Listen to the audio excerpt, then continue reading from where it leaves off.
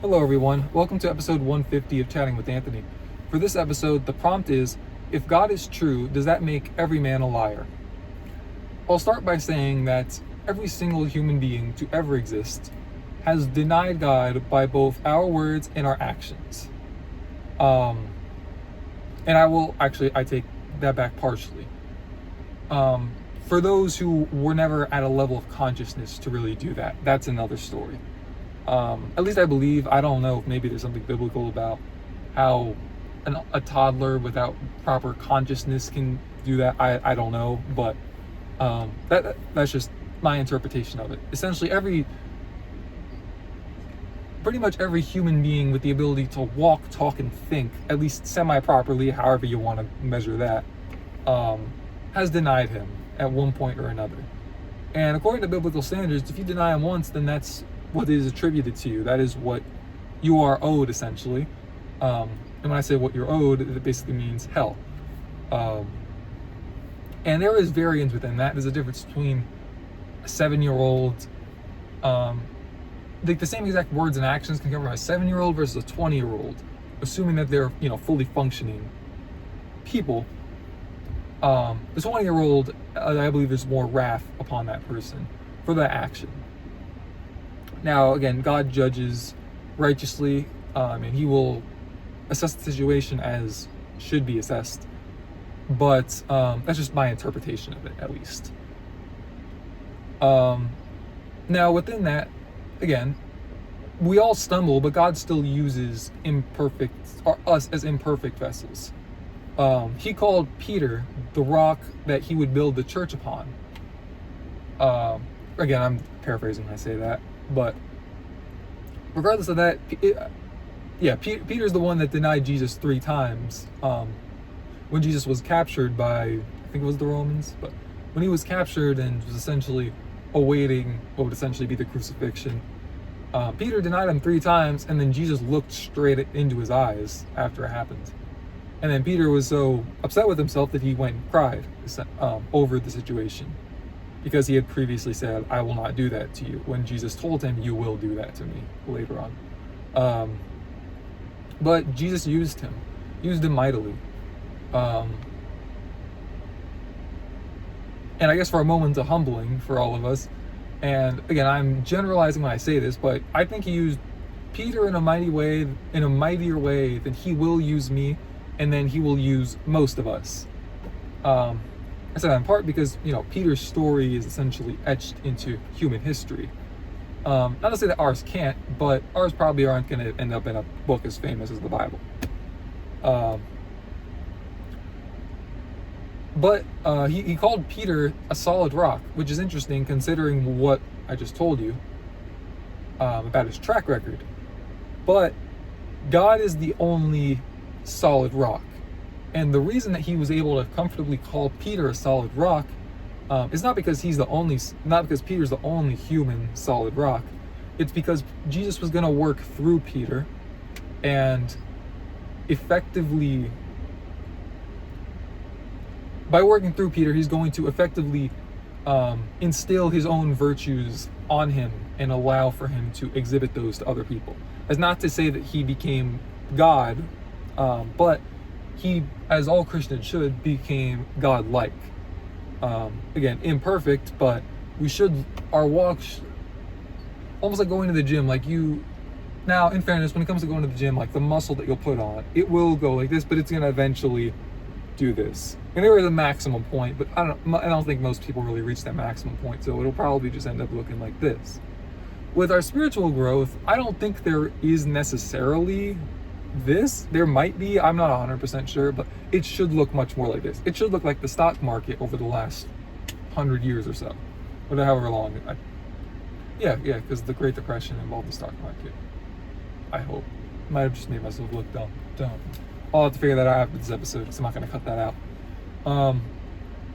But regardless of that, we saw what he could do with Peter, and he can do that with us. It's just a matter of whether or not he wants to, and whether we give him the room to do that.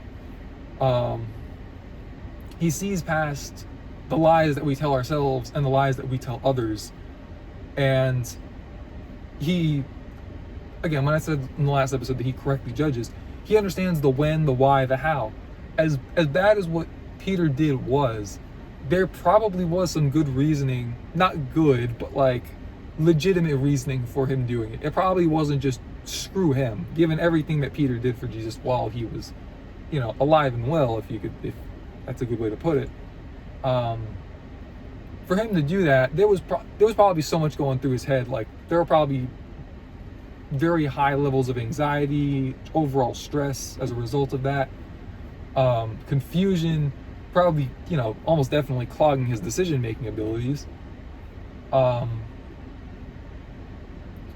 at least that's just my stance on it. I don't think that it was because Peter all of a sudden just hated God. Now, it could have been. It's not really clarified directly in the text as far as I'm able to interpret the text. But that's just, again, my opinion on that. And regarding what he wants to do in our lives are only going to be fruitful if he works through us. And to work through us, we have to surrender to him. I don't want you to think that you can just keep living however you've been living. Not to say that you've been living unrighteously, but you can't just live a life of sin and just be like, God will just break through one day and just make it easy for me. It doesn't really work. He does have the ability to do that. It doesn't really work like that. Like, you have to, that's why he gave us free will. At least, well, I don't want to say that's why, but that plays into our free will. We're supposed to choose who we're going to serve. Remember, I think it was one of the prophets, I think it was Elijah, said, choose this day whom you will serve. That might have been Jesus. I know that Elijah basically said, if Baal is God, or if whoever it was is God, then serve him. If Yahweh is God, then serve him. Essentially, find out the truth and test the gods to see what is true, because essentially I believe what he was trying to say is, I know what's true. So if I'm wrong, or let me put it like this, I am seeking truth. So if I'm wrong, correct me. But let's put it to the test, because if we're putting our faith in something external, let's test the external thing. And it ended up working out. I believe that group of people, when they saw what Jesus or what Yahweh did, they ended up serving Yahweh. And those are the kind of people that God's looking for, because some people, they're just misinformed. It's not that they're against God, they have the wrong idea of God, or what we treat as God.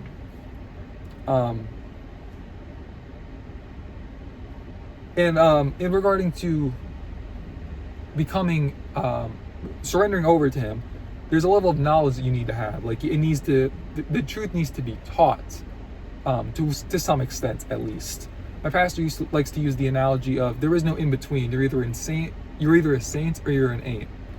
And for most people, especially here in America, most people know about Jesus and the gospel, but they choose not to do it. Now, there's some people just outright reject it, say, that can't be true, I hate the idea of that, I hate Christians, whatever the case might be. Some people, it might be like a child who's conscious enough to understand who Jesus is, but they're raised in a religious family, and that religious family might put pressure upon them to believe that way. And so that's a way different story. And Jesus can, thankfully, discern the difference. It's not he's not like looking at a textbook like, well, this is the equivalent to, like a rapist or a murderer. You're both the sinner. Like, in the sense of, you're both sinners, but at the same time, there's a different level of judgment for that individual if they were to pass in that moment than the person who did those other horrid things that I described.